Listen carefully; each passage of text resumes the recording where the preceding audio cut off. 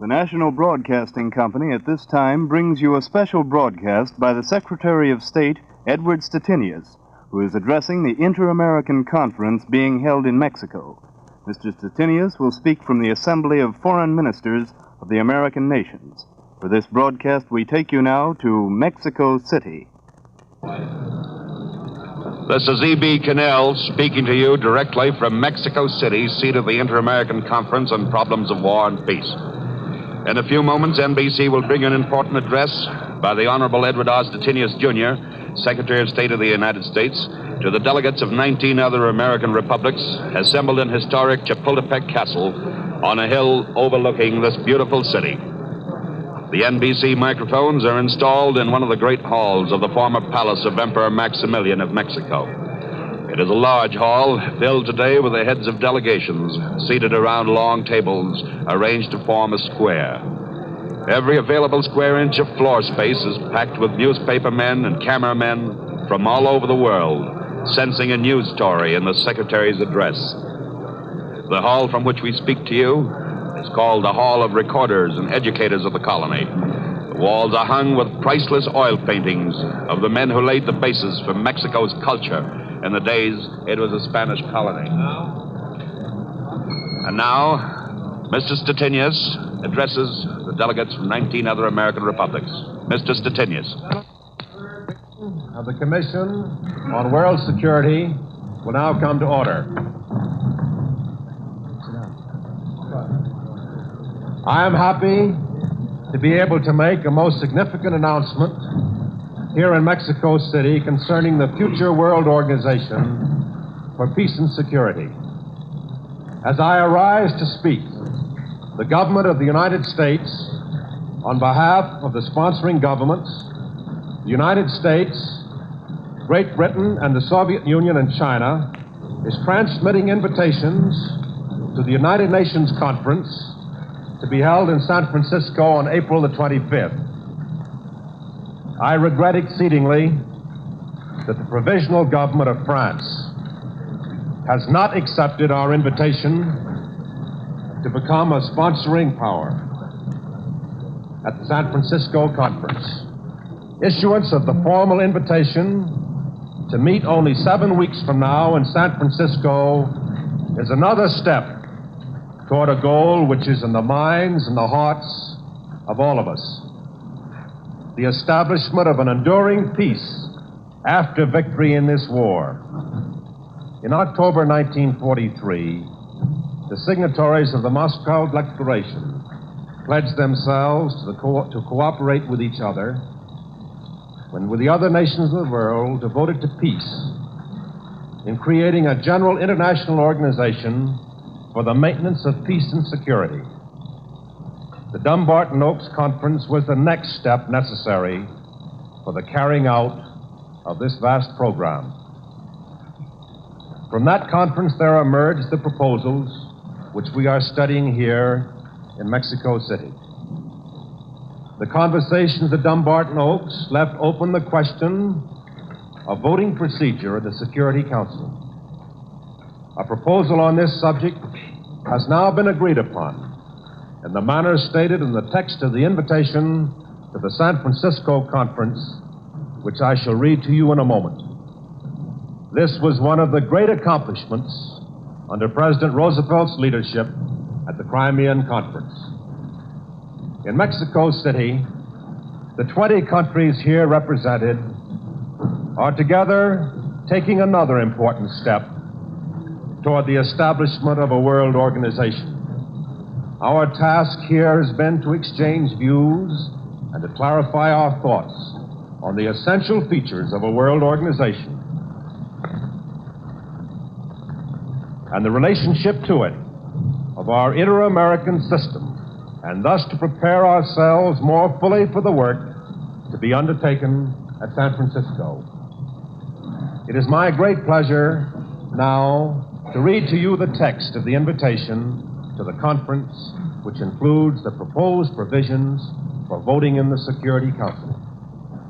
The government of the United States of America, on behalf of itself and of the governments of the United Kingdom, of Great Britain and Northern Ireland, and the Union of Soviet Socialist Republics and the Republic of China invite your government to send representatives to a conference of the United Nations to be held on April the 25th, 1945, at San Francisco in the United States of America, to prepare a charter for a general international organization for the maintenance of peace and security.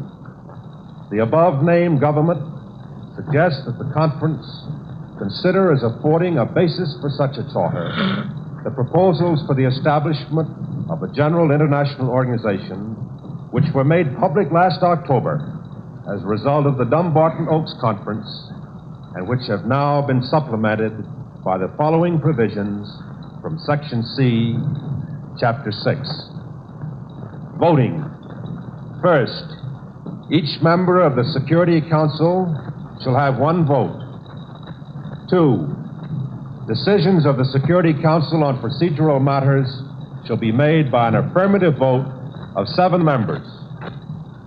Decisions of the Security Council on all matters be made by an affirmative vote of 7 members, including the concurring votes of permanent members, provided that in decisions under Chapter 8, Section A, and under Paragraph 1 of Chapter 8, Section C, a party to a dispute should abstain from voting.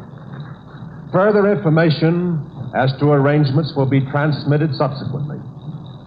In the event that your government desire in advance of the conference to prevent views or comments concerning the proposals, the government of the United States of America will be pleased to transmit such views and comments to the other participating governments. The proposed provisions for voting in the Security Council are those which were presented by the President of the United States at the Crimea Conference. They were there agreed to by Great Britain and by the Soviet Union and have since been approved by China. I wish at this time to comment to you briefly on the significance of the proposals on the voting procedure. This procedure means that whenever any member of the Council, including any permanent member, is a party to a dispute, that member cannot vote in any decision of the Council involving peaceful settlement of the dispute. Consequently, the Council can examine the dispute thoroughly, and the remaining members can make recommendations to all the parties to the dispute as to the methods and the procedures for settling it. They can refer the legal aspects of the dispute to the International Court for advice. They can refer the dispute to the General Assembly if they wish. And they can take any other appropriate steps, short of enforcement measures, to obtain a settlement of that dispute without a vote of the member of the Security Council involved in the dispute. This means that all members of the Security Council, when they are parties to a dispute, will be on the same footing before the Council.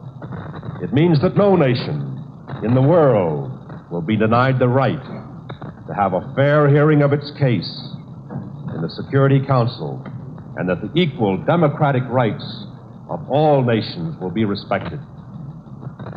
If the dispute is not settled by such means, the major question before the Council is whether force needs to be employed. In that event, it is necessary that the vote of the permanent members of the Council be unanimous. They are the nations which possess, in sufficient degree, the industrial and the military strength to prevent aggression. However, the decisions of the Council can be reached in such a case only by a majority of 7 members, which means that the permanent members cannot alone decide to take action. It also means that the non-permanent members can prevent action. I am happy to say that I have here to hand to each of you a more detailed memorandum on the voting procedure, which I am sure that you will wish to study. The invitation to the San Francisco Conference suggests that the Dumbarton Oaks proposals be considered as affording a basis for the Charter of the World Organization. It is the wish of the United States, as it is, I am confident, of the other sponsoring nations, that there should also be the fullest opportunity at that conference for the consideration of the views and the suggestions of all the participating governments. I know that the contributions of the distinguished statesmen of the American republics will be of most valuable in writing of this charter. The responsibility for the establishment of maintenance and of a peaceful world order is the common responsibility of all the United Nations. It is on them that the duty has now fallen to write a charter for the international organization so firmly rooted in the realities of the world as it is, and so clearly expressing the free and the democratic ideals for which the United Nations stand, that it will truly represent both the will of the peoples of the world for a lasting peace and their capacity actually to build and to maintain such a peace together. We have the opportunity, we have the will. May God grant us the vision and the strength to sustain us. It is my faith that together we will build this world of freedom, of security, a world at peace at last. I thank you. You have just heard an address by the Honorable Edward R. Stettinius, Secretary of State of the United States, to the assembled delegates of the American republics, in which he announced the voting procedure for the San Francisco Conference in April under the Dumbarton Oaks Plan. This is E.B. Cannell speaking to you from Mexico City. We return you now to NBC in New York. This special broadcast from Mexico City has been a presentation of the NBC News and Special Events Department. This is the National Broadcasting Company.